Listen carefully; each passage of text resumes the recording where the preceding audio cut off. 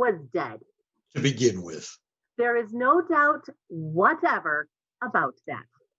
The register of his burial was signed by the clergyman, the clerk, the undertaker, and the chief mourner.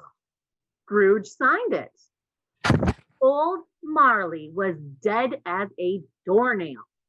Mind, I don't mean to say that I know of my own knowledge what there is particularly dead about a doornail. I might have been inclined myself to regard a coffin nail as the deadest piece of iron in the trade. But the wisdom of our ancestors is in the simile, and my unhallowed hand shall not disturb it. Or the country's done for. You will therefore permit me to repeat emphatically that Marley was dead as a doornail. Scrooge knew he was dead. Of course he did. How could it be otherwise? Scrooge and he were partners for I don't know how many years. Scrooge was his sole executor. His sole administrator. His sole friend. And his sole mourner. And even Scrooge was not so dreadfully cut up by the sad event. He was still an excellent man of business on the day of the funeral, and solemnized it with an undoubted bargain. The mention of Marley's funeral brings me back to the point I started from. There is no doubt that Marley was dead. This must be distinctly understood, or nothing wonderful can come of the story I'm going to relate. Scrooge never painted out old Marley's name. There it stood. Years afterwards, above the warehouse door. Scrooge and Marley. The firm was known as Scrooge and Marley. Sometimes people new to the business called Scrooge, Scrooge. And sometimes Marley. But he answered to both names. It was the same to him. Once upon a time, of all the good days in the year, on Christmas Eve, old Scrooge sat busy in his counting house. It was cold, bleak, biting weather.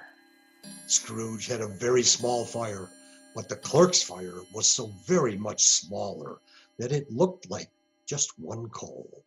But he couldn't replenish it, for Scrooge kept the coal box in his own room. And if the clerk came in with the shovel, Scrooge predicted that it would be necessary for them to part. So the clerk put on his comforter and tried to warm himself at the candle. In which effort, not being a man of a strong imagination, he failed. A Merry Christmas, Uncle! It was the voice of Scrooge's nephew, Fred, who came upon Scrooge so quickly that this was the first intimation Scrooge had of his approach. God bless you, Uncle. Bah, humbug. Christmas a humbug, Uncle. You don't mean that. I do. Merry Christmas. What right have you to be merry? What reason have you to be merry? You're poor enough. Come then. What right have you to be dismal? What reason have you to be morose? You're rich enough. Scrooge, having no better answer ready on the spur of the moment, said, Bah. Again, and followed it up with, Humbug. Don't be cross, Uncle. What else can I be when I live in such a world of fools as this? Merry Christmas. Out upon Merry Christmas. What's Christmas time to you but a time for paying bills without any money? A time for finding yourself a year older and not another hour richer.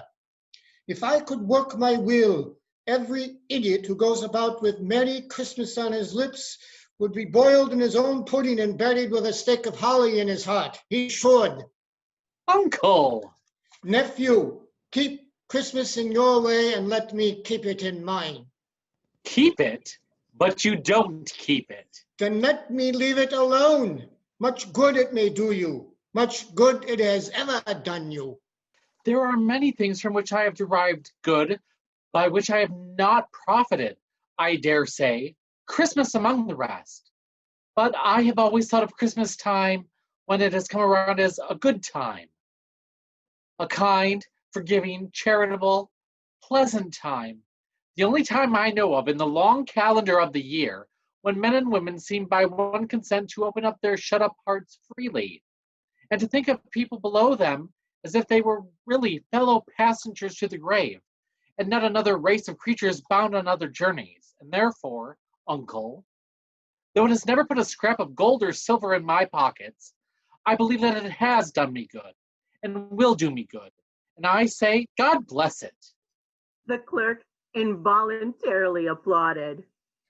Becoming immediately sensible of the impropriety, he poked the fire and extinguished its last frail spark forever. Let me hear another sound from you, and you'll keep Christmas by losing your situation.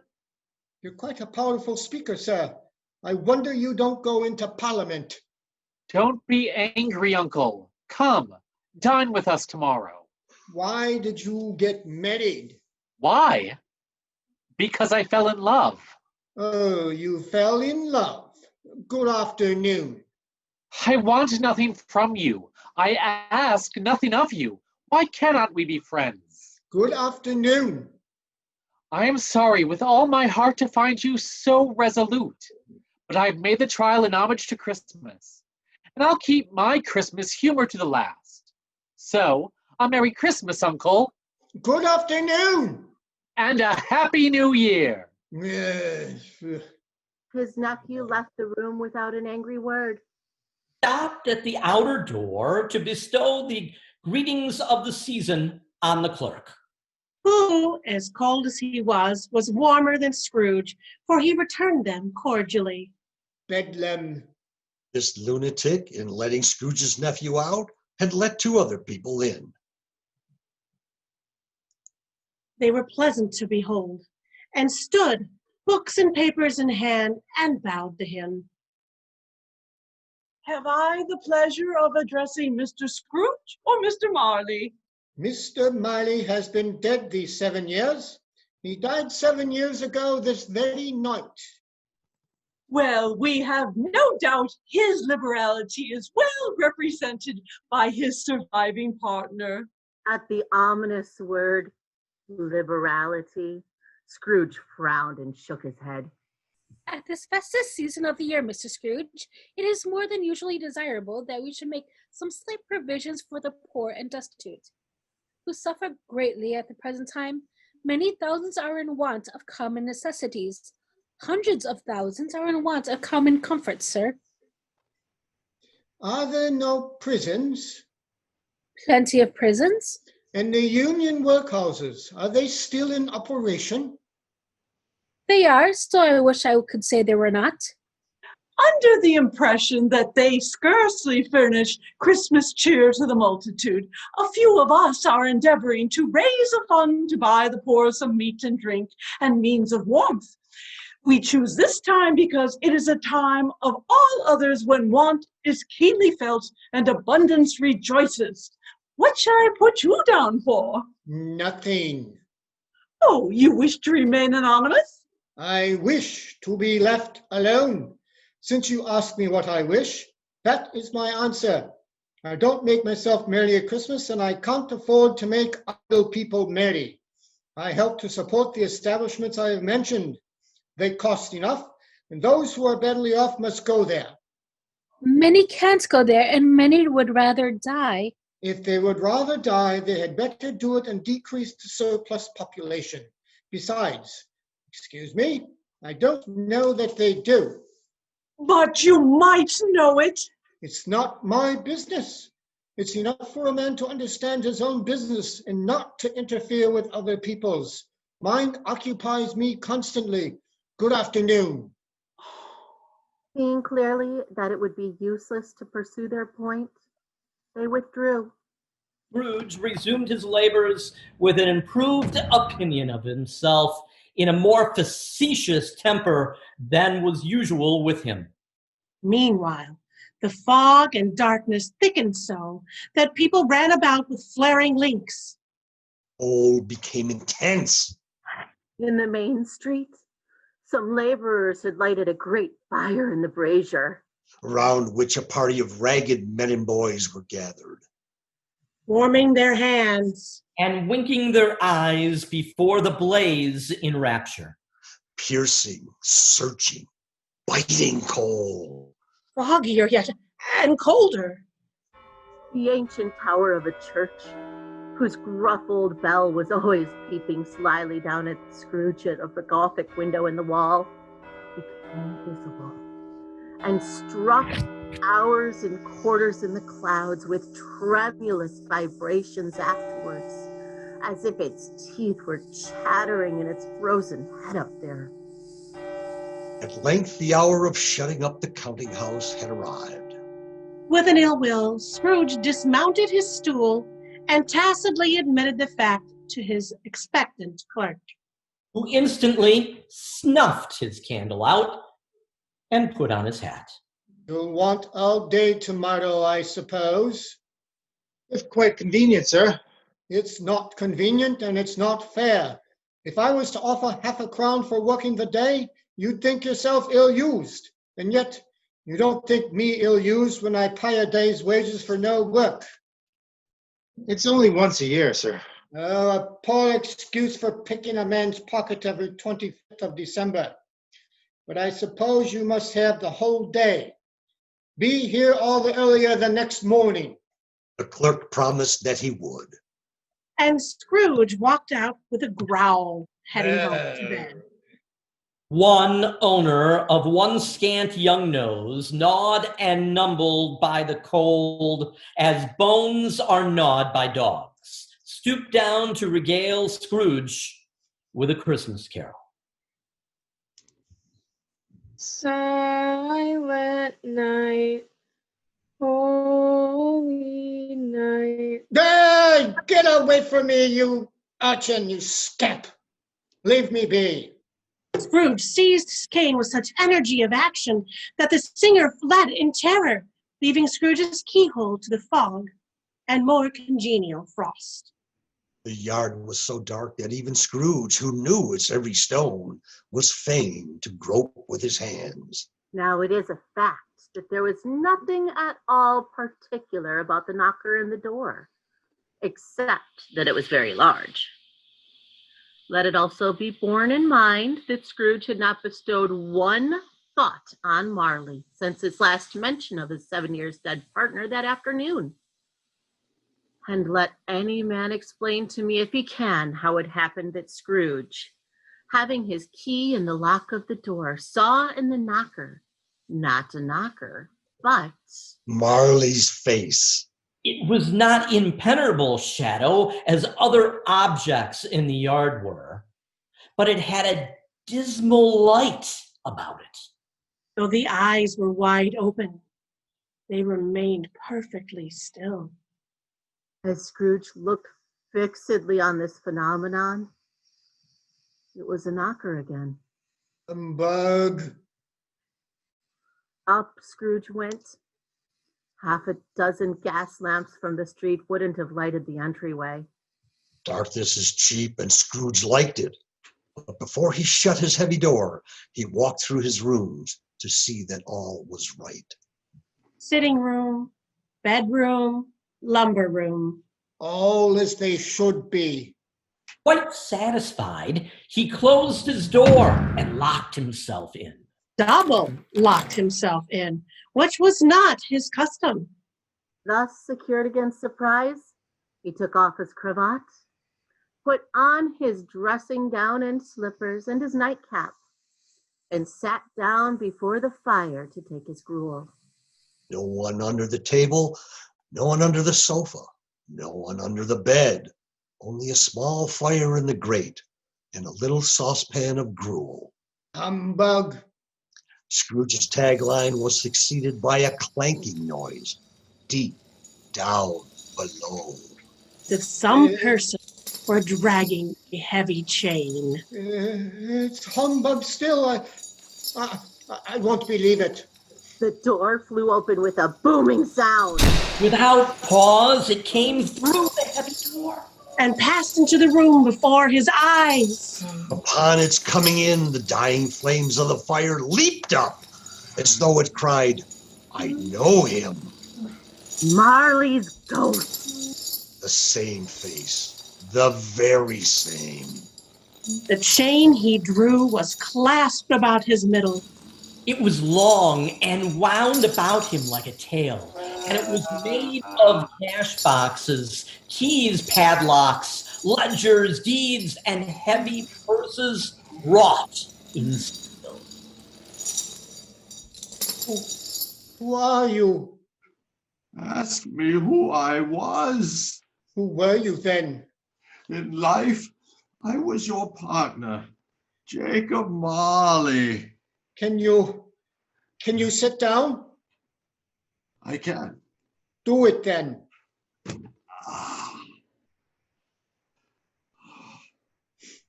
You don't believe in me. I don't. Why do you doubt your senses? Because a little thing affects them. A slight order just makes them cheats. You may be an undigested bit of beef, a plot of mustard, a crumb of cheese, a fragment of an underdone potato. There's more of gravy than of grave about you, whatever you are. Scrooge was not much in the habit of cracking jokes. The truth is that he tried to be smart as a means of keeping down his terror. Humbug, I tell you, humbug!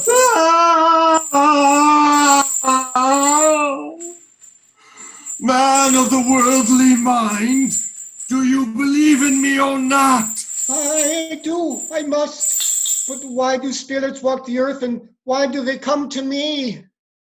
It is required of every man that the spirit within him should walk abroad among his fellow man. And if that spirit does not forth in life, it is condemned to do so after death. I wear the chain I forged in life. I made it link by link, yard by yard. Is its pattern strange to you? Or would you know the weight and length of the strong coil you bear yourself? It was full as heavy and as long as this 7 Christmas Eves ago. You have labored on it since. It is a ponderous chain. You were always a good man of business, Jacob. Business! Mankind was my business. The common welfare was my business. Charity, mercy, forbearance, benevolence were all my business. The dealings of my trade were but a drop of water in the comprehensive ocean of my business. Hear me! My time is nearly gone. I am here tonight to warn you that you have yet a chance and hope of escaping my fate. You were always a good friend to me. Thank you. You will be haunted by 3 spirits. Is that the chance and hope you mentioned, Jacob? It is. I think I'd rather not. Without their visits, you cannot hope to shun the path I tread. Expect the first tomorrow when the bell tolls 1. Couldn't I take them all at once and have it over, Jacob? Expect the second on the next night at the same hour. The third upon the next night when the last stroke of 12 has ceased to vibrate. Look to see me no more. And look that, for your own sake, you remember what has passed between us. Oh! When it had said those words, it took to the window, so that when the spectre reached it, it was wide open. Whether this creature faded into mist or mist enshrouded it, Scrooge could not tell. But the night became as it had been when Scrooge walked home. Scrooge closed the window and examined the door by which the ghost had entered. It was double locked. He tried to say, but stopped at the first syllable. And being, from the emotion he had undergone, much in need of repose, went straight to bed without undressing, and fell asleep upon the instant.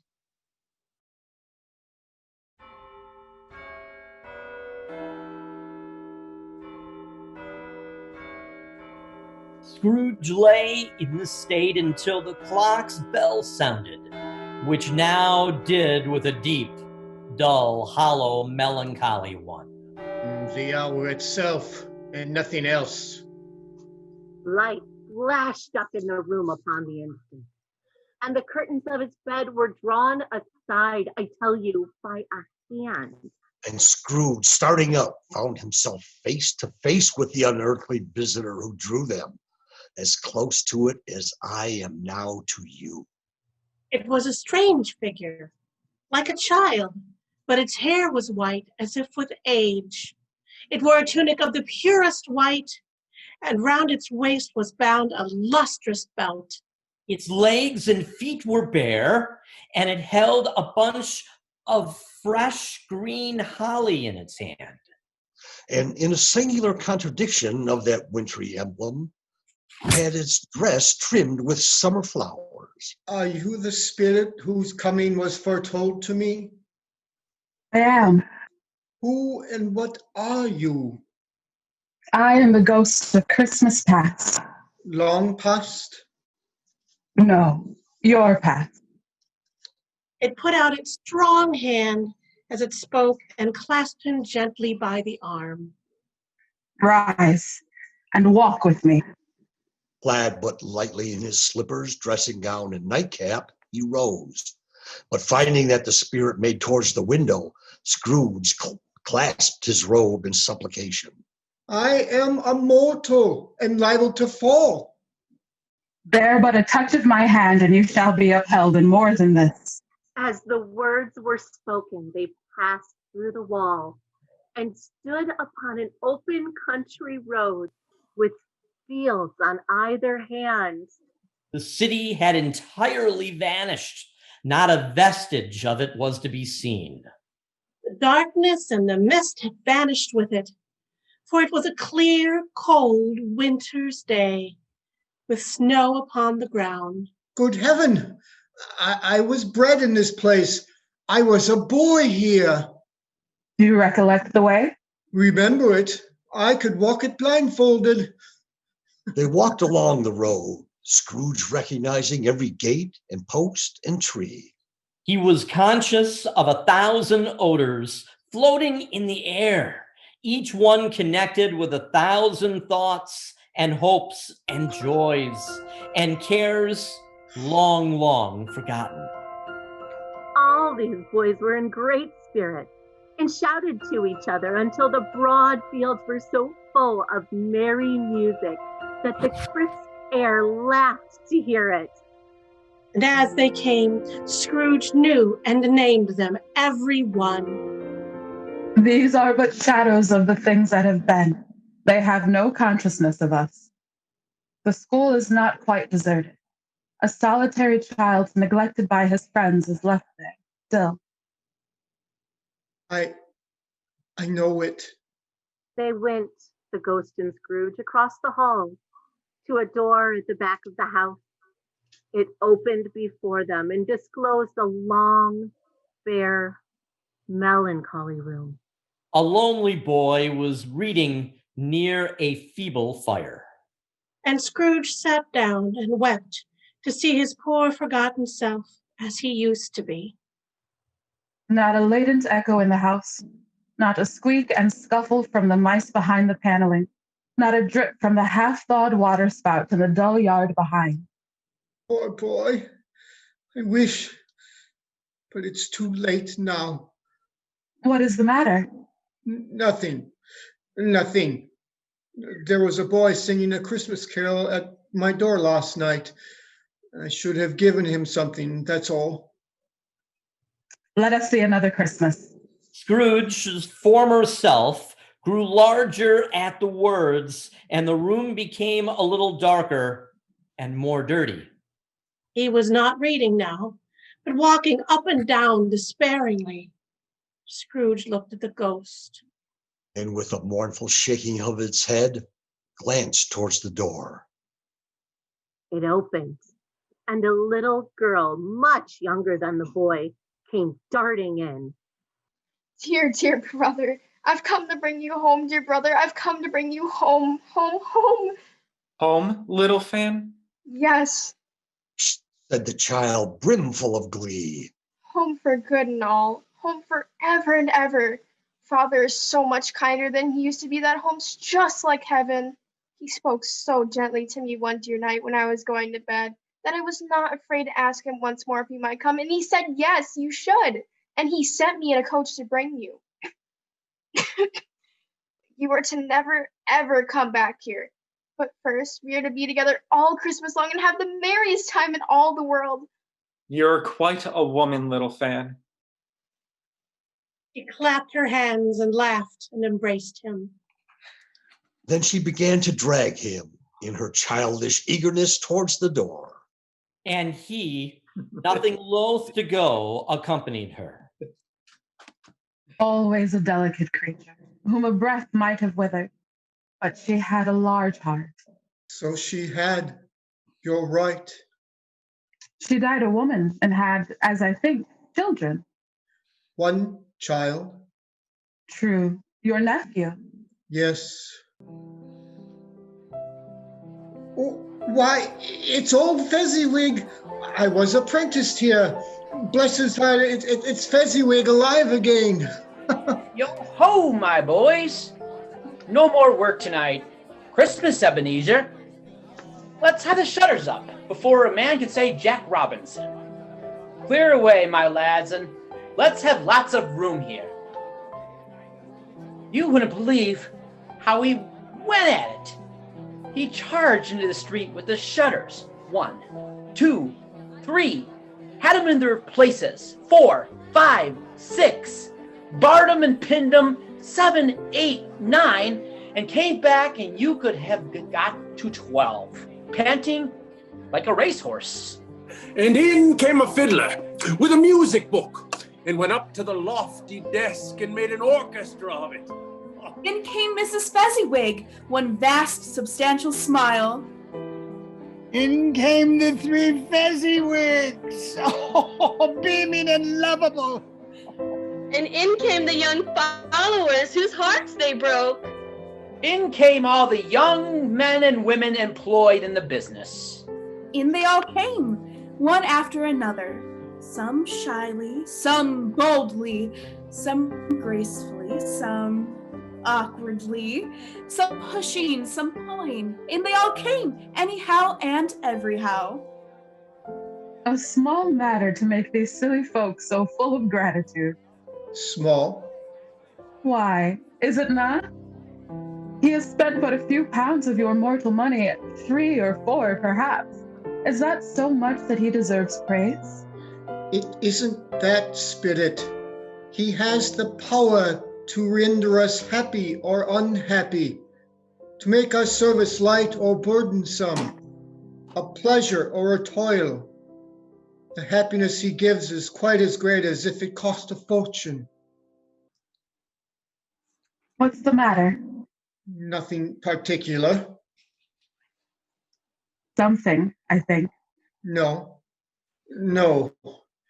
I should like to be able to say a word or two to my clerk just now. That's all. My time grows short. Quick. This was not addressed to Scrooge, or to anyone whom he could see, but it produced an immediate effect. For again, Scrooge saw himself. He was older now, a man in the prime of his life. His face had not the harsh and rigid lines of later years, but it had begun to wear the signs of care and avarice.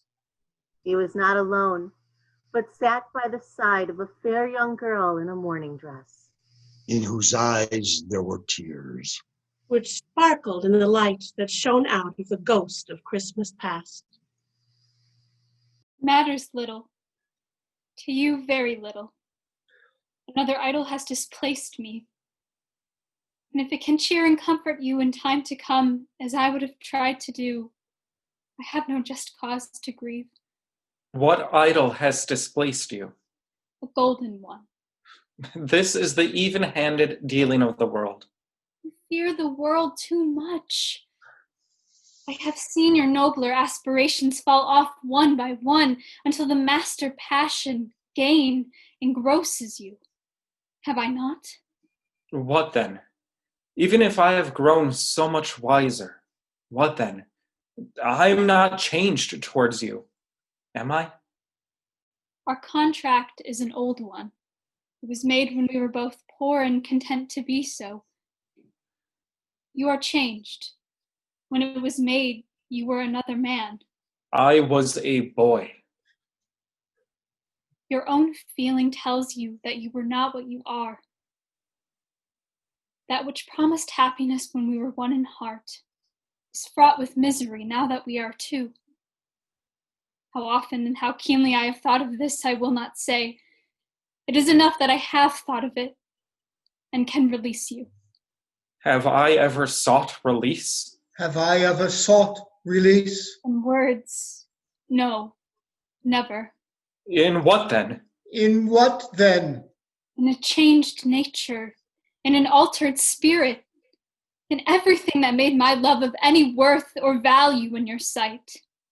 You think not. You think not. I would gladly think otherwise if I could, heaven knows.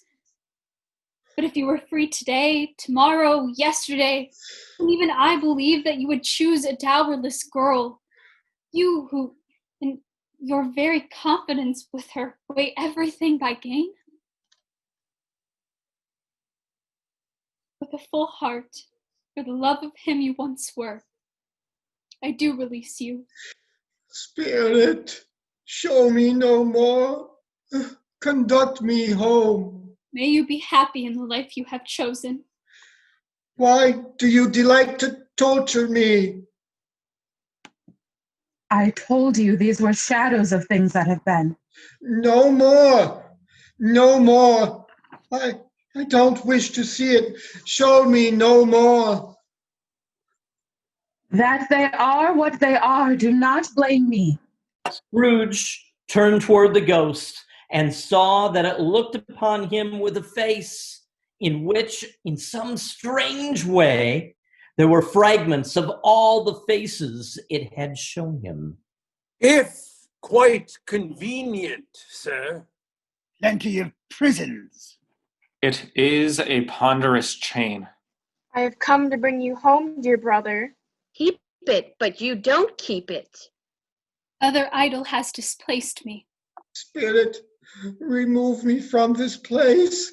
Remove me. Plenty of prisons.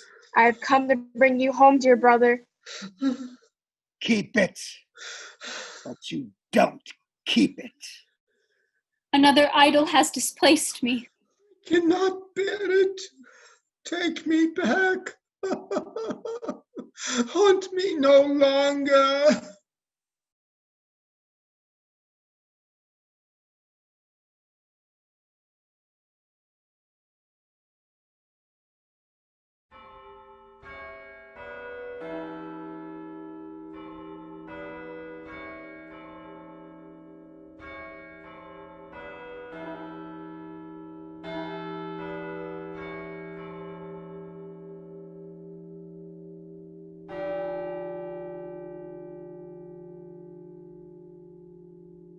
It was his own room. There was no doubt about that. But it had undergone a surprising transformation. The walls and the ceiling were so hung with live green that it looked like a perfect grove. The crisp leaves of holly, mistletoe, and ivy reflected back the light, as if so many little mirrors had been scattered there. Heaped upon the floor to form a kind of throne were turkeys, geese, game, poultry, great joints of meat, sticking pigs, long wreaths of sausages, mince pies, plum puddings, red-hot chestnuts, cherry-cheeked apples, juicy oranges, luscious pears, immense 12 cakes, and seething bowls of punch that made the chamber dim with their delicious steam.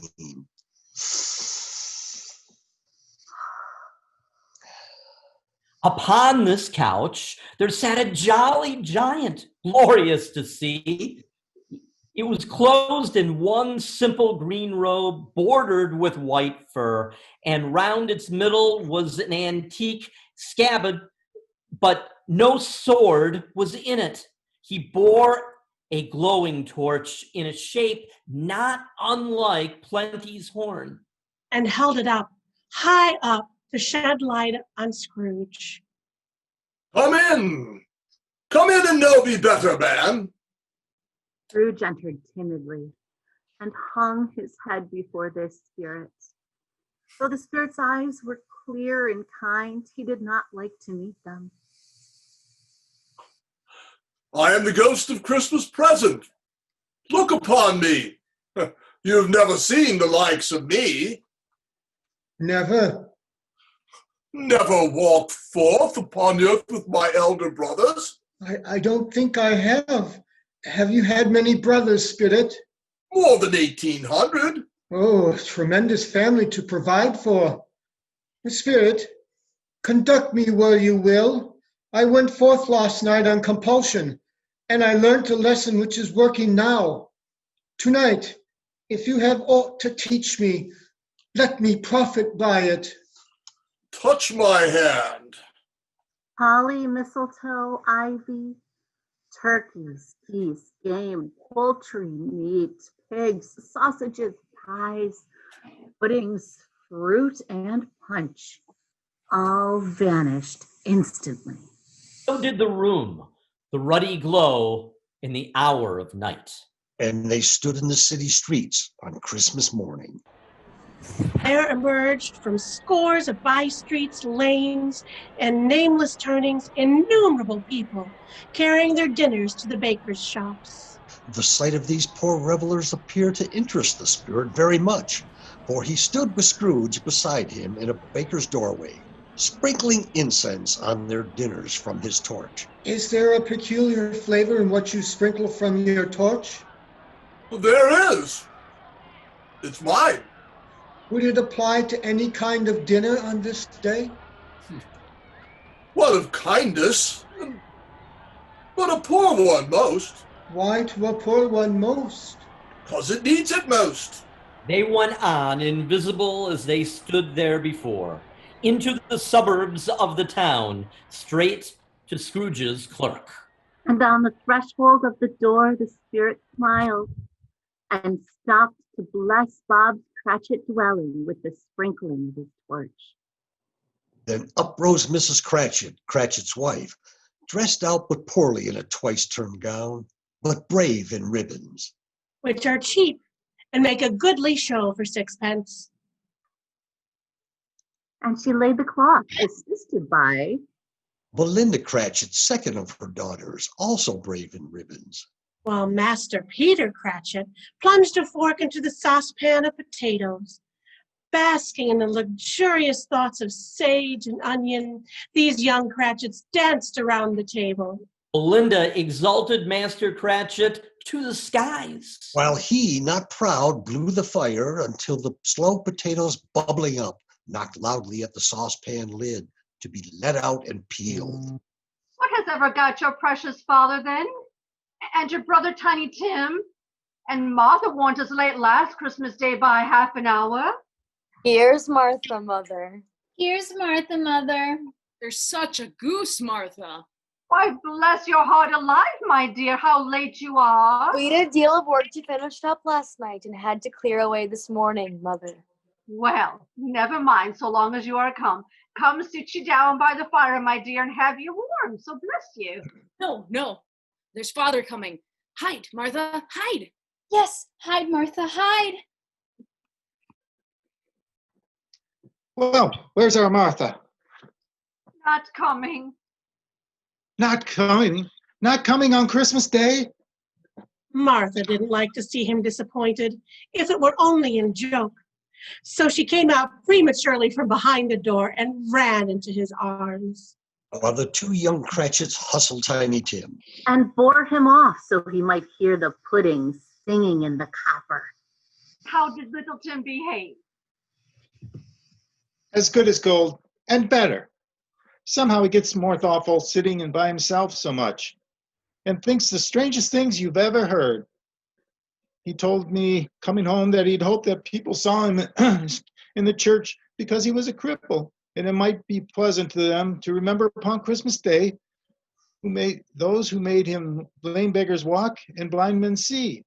Bob's voice was tremulous when he told him this, and trembled more when he said, Tiny Tim is growing strong and hardy. Bob took Tiny Tim beside him in a tiny corner at the table. At last, the table was set. and grace was said. And there was never such a goose. Bob said he didn't believe there was ever such a goose cooked. Its tenderness and flavor, size and cheapness were the themes of universal admiration. Eked out by applesauce and mashed potatoes, it was a sufficient meal for the whole family.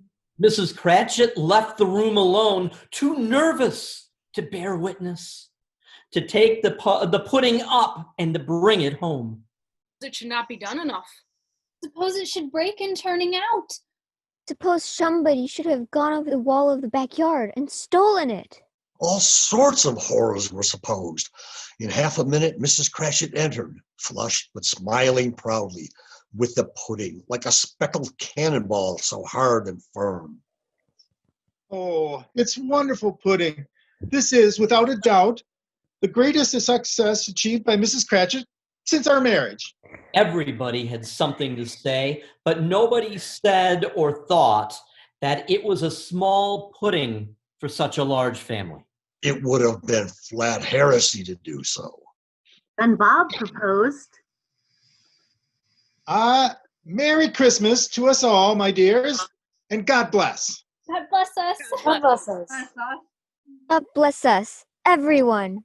He sat very close to his father's side upon a little stool. Bob held his withered hand in his, as if he wished to keep him by his side, and dreaded that he might be taken from him. Spirit, tell me if Tiny Tim will live. See a vacant seat. The poor chimney corner. And a crutch without an owner. Carefully preserved.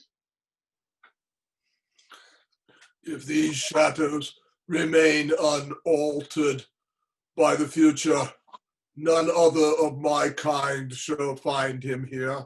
No, no, oh no, kind spirit, say he will be spared. If these shadows remain unaltered by the future, the child will die. What then? If he be like to die, he had better do it and decrease the surplus population. Will you decide what man lives and what man dies?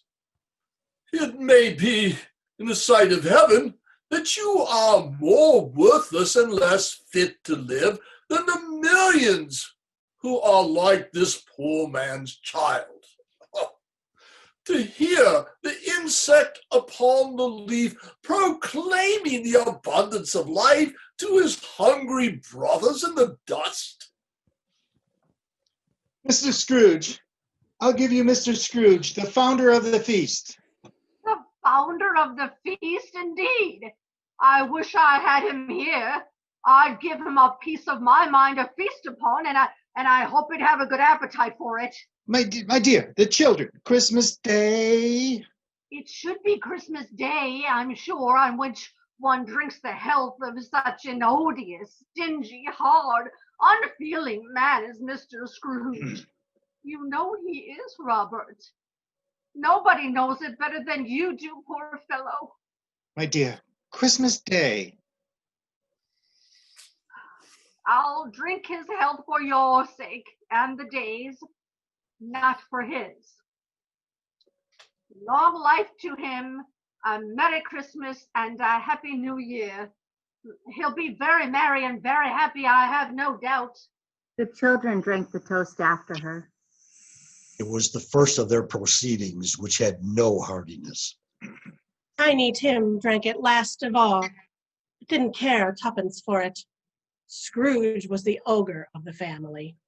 The mention of his name cast a dark shadow on the party, which was not dispelled for a full 5 minutes.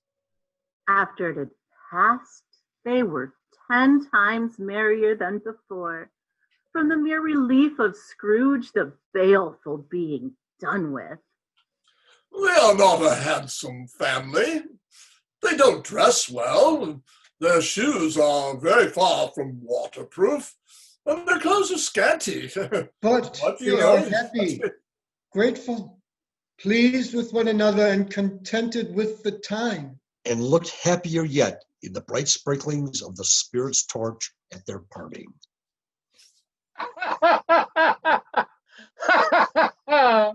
It was a great surprise to Scrooge while thus engaged to hear a hearty laugh. It was a much greater surprise to Scrooge to recognize it as his own nephew's, and to find himself in a bright, dry, gleaming room looking at that same nephew. He said Christmas was a humbug, as I live. He believed it, too. More shame for him, Fred. He's a comical old fellow, that's the truth, and not so pleasant as he might be. However, his offenses carry their own punishment, and I have nothing to say against him. I'm sure he's very rich, Fred. Well, at least you always tell me so. What of that, my dear? His wealth is of no use to him. He don't do any good with it. He don't make himself comfortable with it. He hasn't the satisfaction of thinking that he's ever going to benefit us with it. I have no patience with him. Oh, I have. I'm sorry for him. I couldn't be angry with him if I tried. Who suffers by his ill whims? Himself, always. Here, he takes it into his head to dislike us, and he won't come and dine with us. What's the consequence? He loses some pleasant moments which could do him no harm. I mean to give him the same chance every year, whether he likes it or not, for I pity him. He may rail at Christmas till he dies, but he can't help thinking better of it. I defy him. If he finds me going there in good temper year after year and saying, Uncle Scrooge, how are you? If only it puts him in the vein to leave his poor clerk £50, that's something. And I think I shook him yesterday.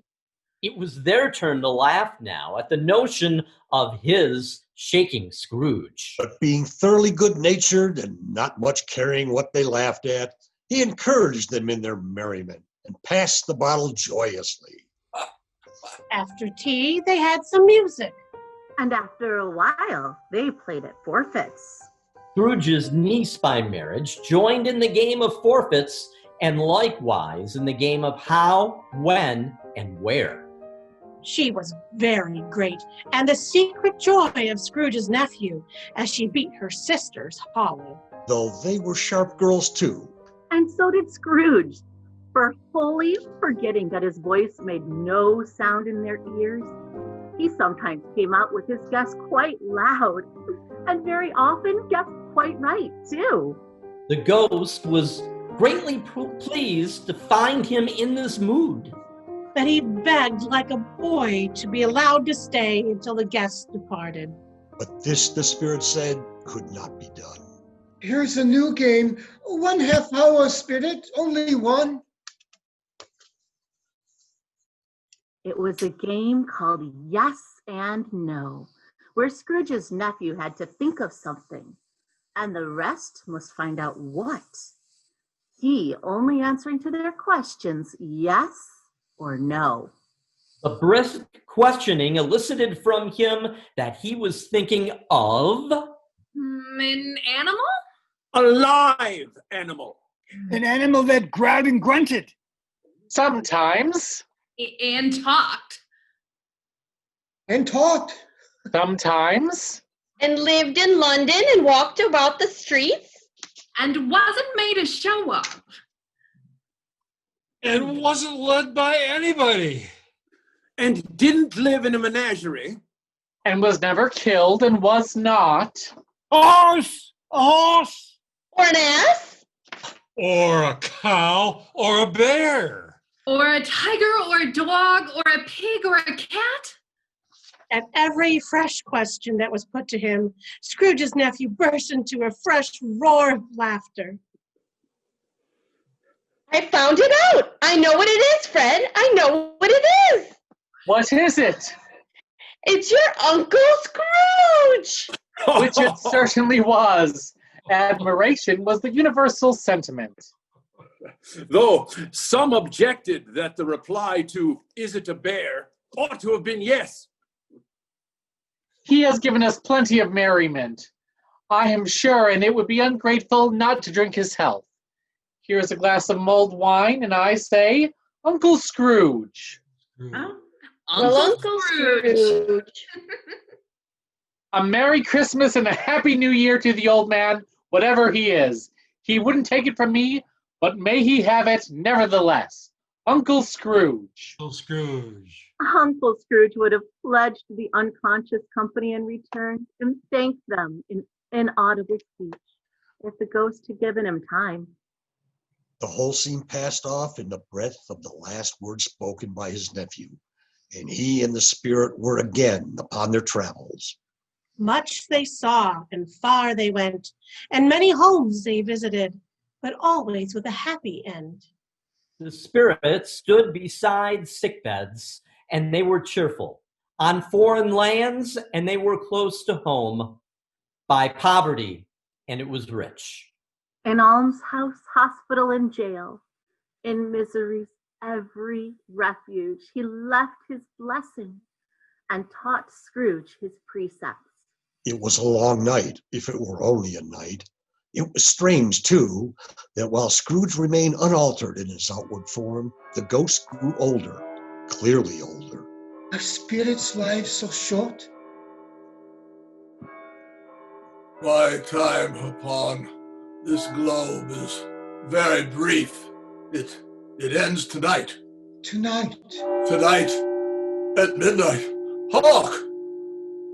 The time draws near. Forgive me if I am not justified in what I ask, but I see something strange and not belonging to yourself protruding from your skirts. Is it a foot or a claw? It might be a claw for the flesh that clings upon it. Look here. From the folding of its robe, it brought forth 2 children, wretched, abject, frightful, hideous, miserable. They were a boy and a girl, yellow, meager, ragged, scowling, wolfish. But prostrate too in their humility. Where angels might have sat enthroned, devils lurked and glared out menacing. Where graceful youth should have filled their features out, a stale and shriveled hand like that of age had pinched and twisted them and pulled them into shreds. Spirit, are they yours? They are man's, and they cling to me, appealing from their fathers. The boy is ignorance. Ignorance. The girl is want. Want. Beware them both and all of their degree. But most of all, beware this boy, for upon his forehead there is written the word doom. Unless the word be erased. Oh, slander those who tell of it, ye who preach ignorance. Deny it. Deny it. Have they no refuge or resource? Are there no prisons? Are there no prisons? Are there no workhouses? Are there no workhouses?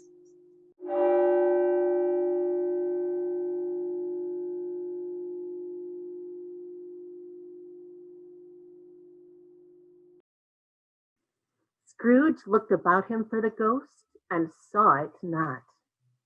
As the last stroke ceased to vibrate, he remembered the prediction of old Jacob Marley, and lifting up his eyes, beheld a solemn phantom, shrouded in a deep black garment coming like a mist along the ground toward him. I am in the presence of the ghost of Christmas yet to come.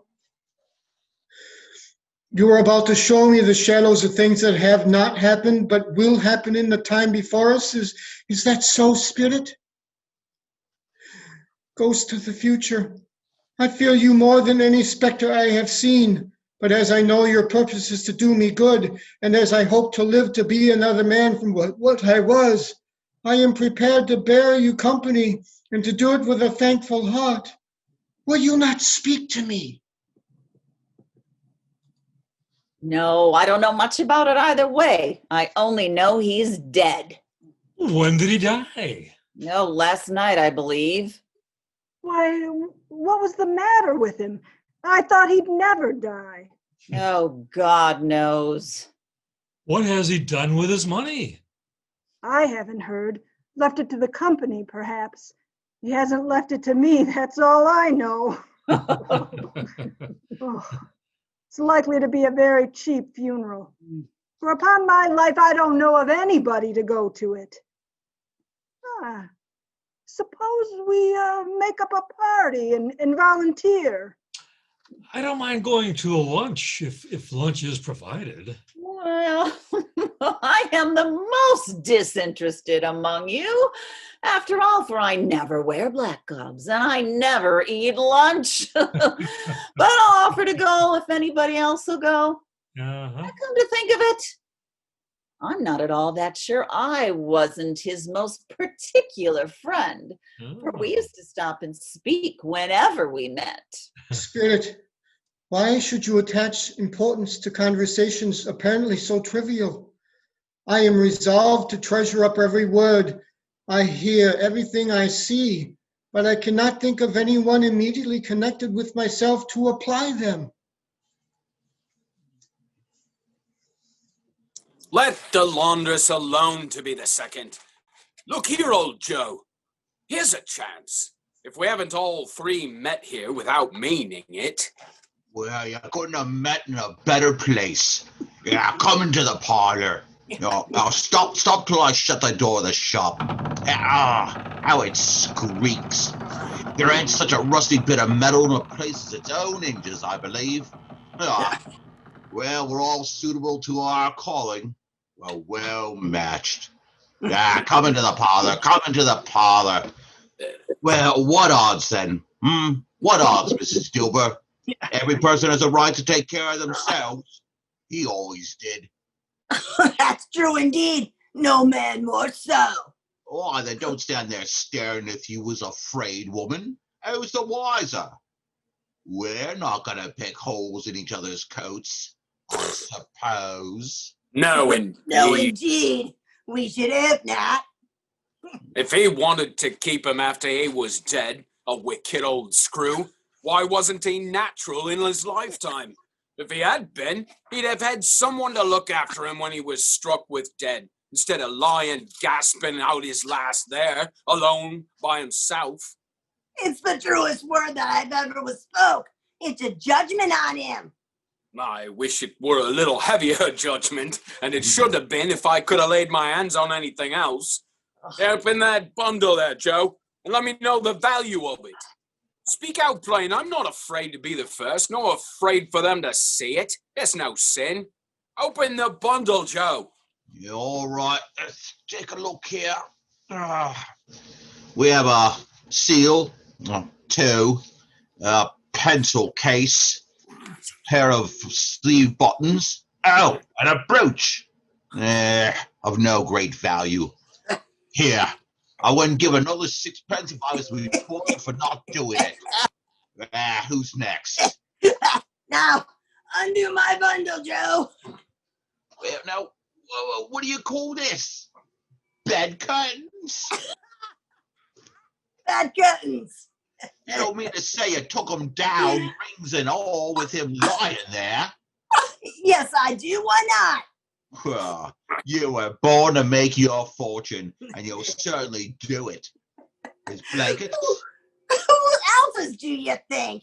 He isn't likely to take cold without him, I dare say. You may look through that shirt, till your eyes ache, but you won't find a hole in it. Not a threadbare place. It's the best he had, and a fine one too. They'd have wasted it on him if it hadn't been for me. What do you call wasting of it? Putting it on me to be buried in, to be sure. Somebody was told fool enough to do it. But I drink it off again. If calico ain't for such a purpose, it isn't good enough for anything. It's quite a becoming to the body. He can't look uglier than he did in that one. Spirit, I see.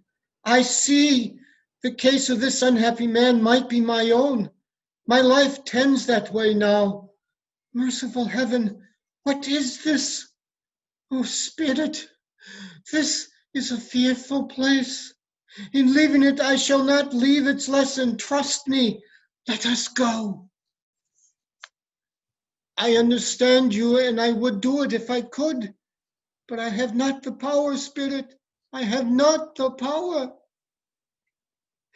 If there is any person in the town who feels emotion caused by this man's death, show that person to me, Spirit, I beseech you. Is it good or bad? Bad.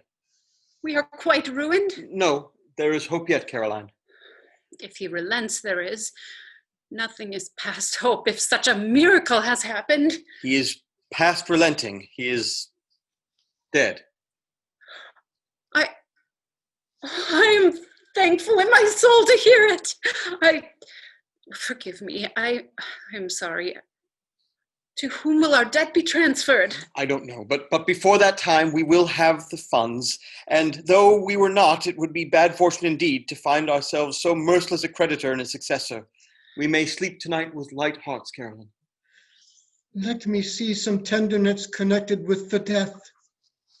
You took a child and set him in the midst of them. The color hurts my eyes.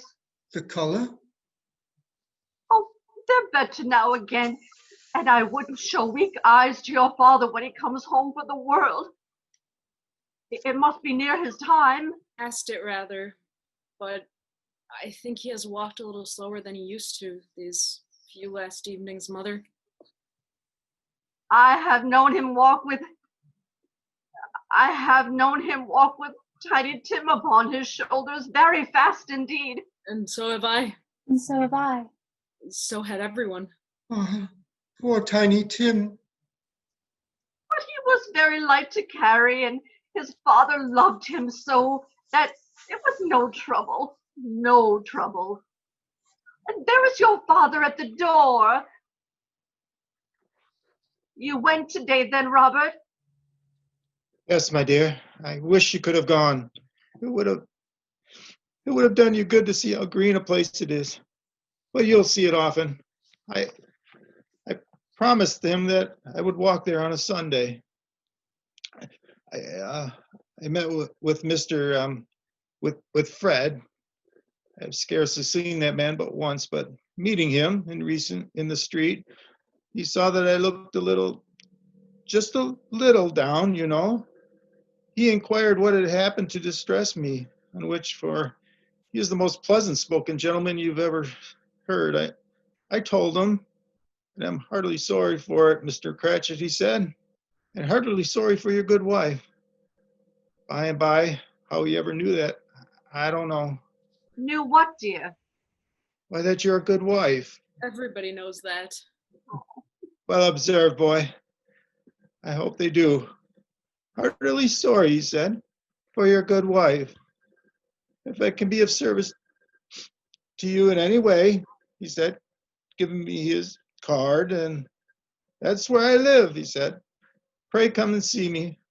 Now, it wasn't for the sake of anything I might be able to do for us, but so much for his kind way. That was his quite delightful way.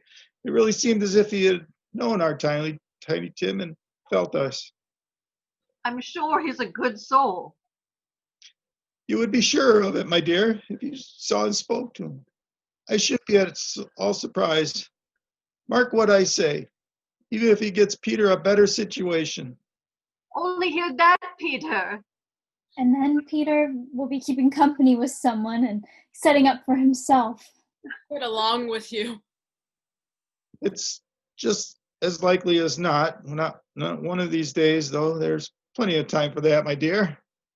But however, and whenever we part from one another, I am sure we shall none of us forget poor Tiny Tim, shall we? Or this first parting that was there among us. Never, Father. And I know, my dears, that when we recollect how patient and how mild he was, although he was a little child, we shall not quarrel easily among ourselves and forget poor Tiny Tim in doing it. No, never, Father. I am very happy. I am very happy. My little child. Spectre, tell me what man that was whom we saw lying dead. Let me behold what I shall be in the days to come. Before I draw nearer to that stone to which you point, answer me one question.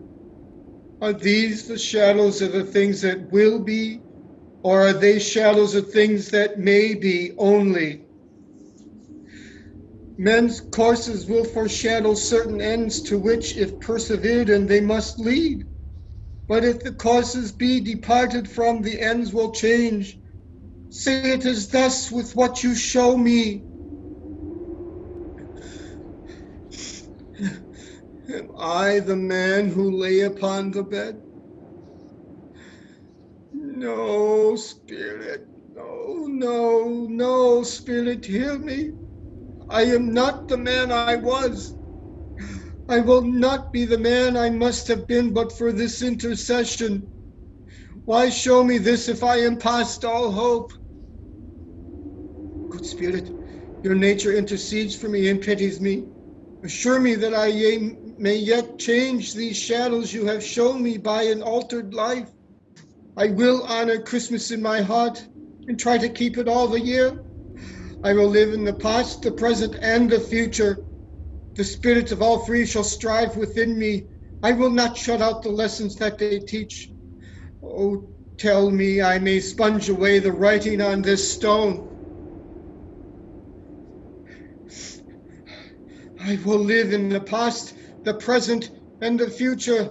The spirits of all three shall strive within me.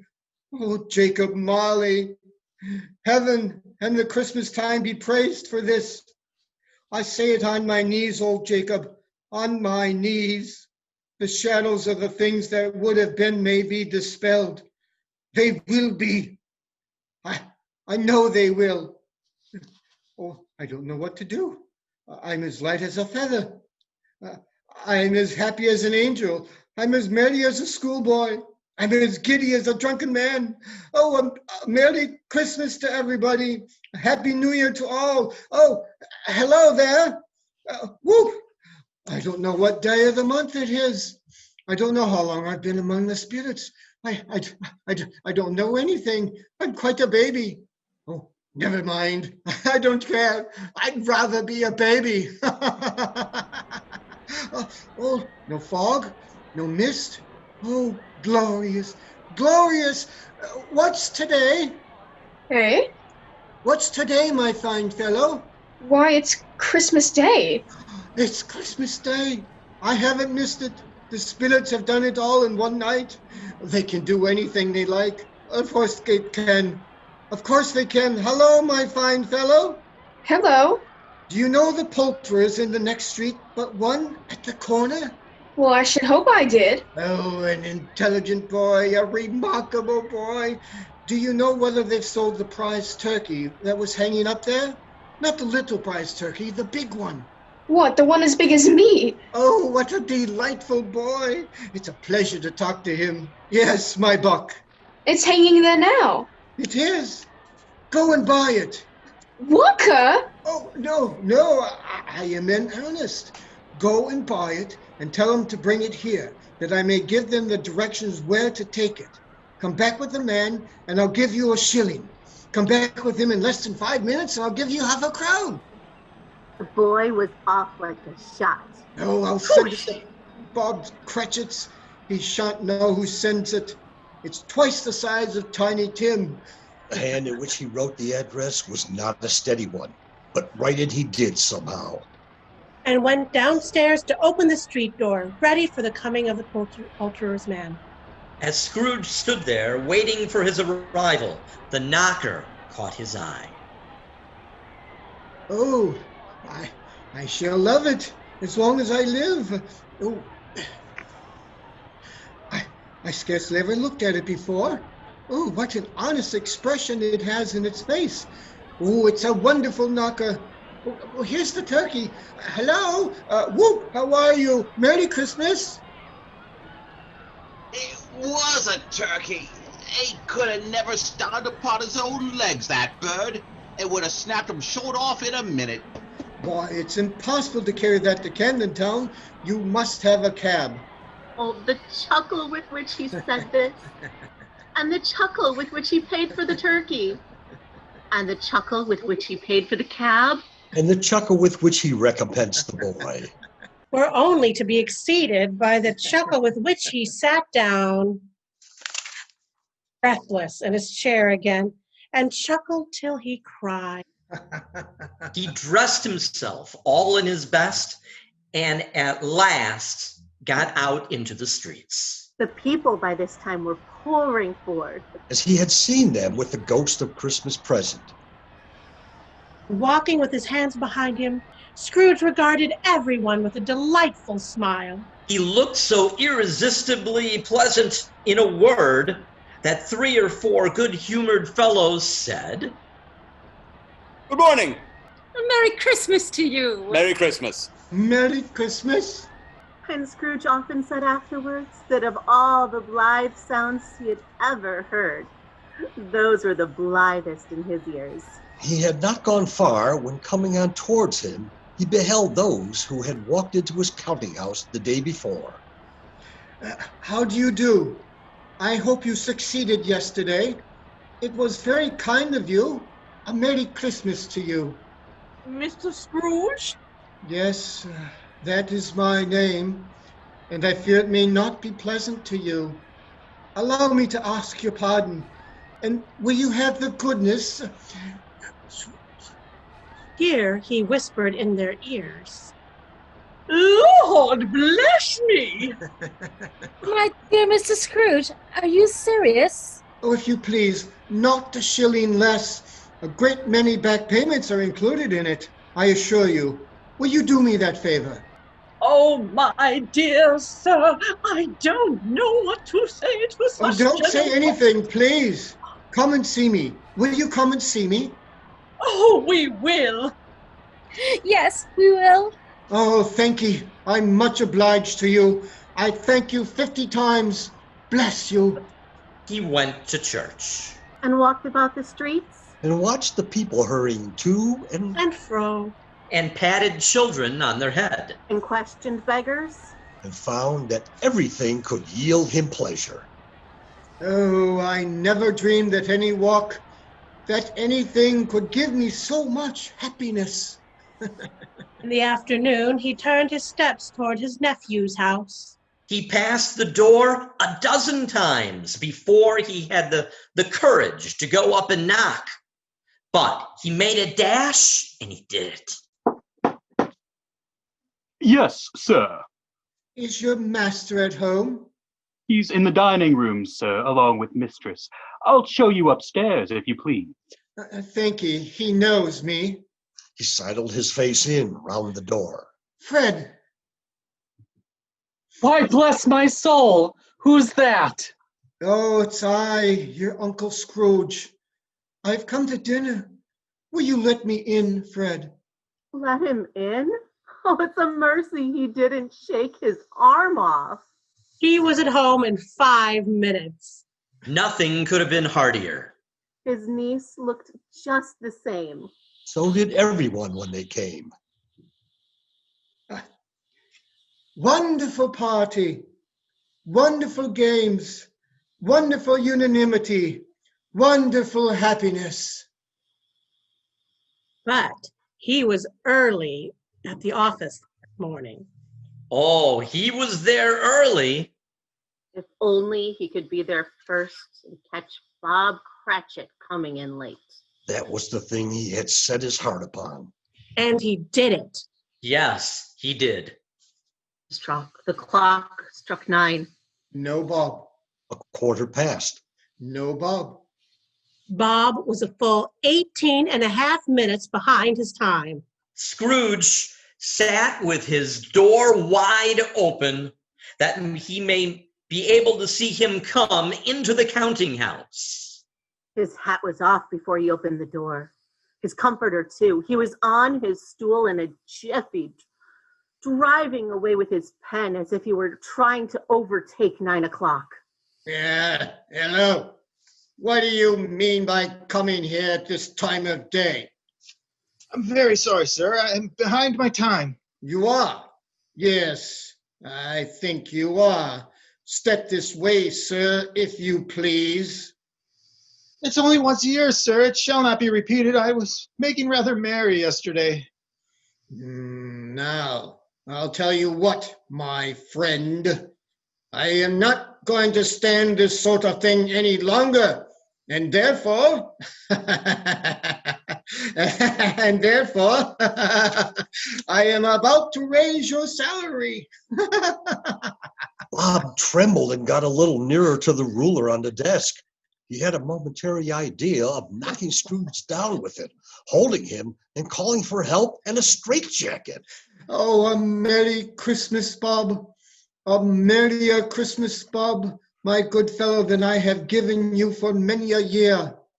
I'll raise your salary and endeavor to assist your struggling family, and we will discuss your affairs this very afternoon over a Christmas bowl of smoking bishop, Bob.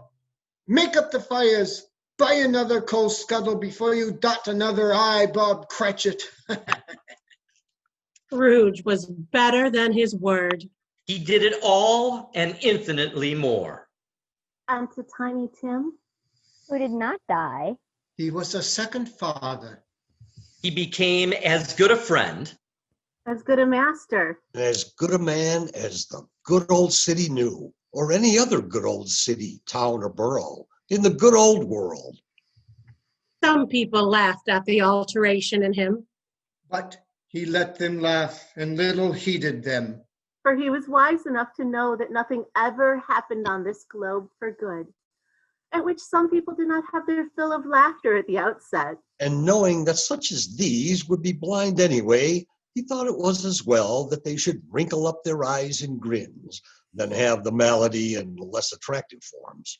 His own heart laughed, and that was quite enough for him. He had no further discourse with spirits, even afterwards. And it was always said of him that he knew how to keep Christmas well, if any man alive possessed the knowledge. May that truly be said of us. And all of us. All of us. And so, as Tiny Tim observed, God bless us. Everyone. Everyone.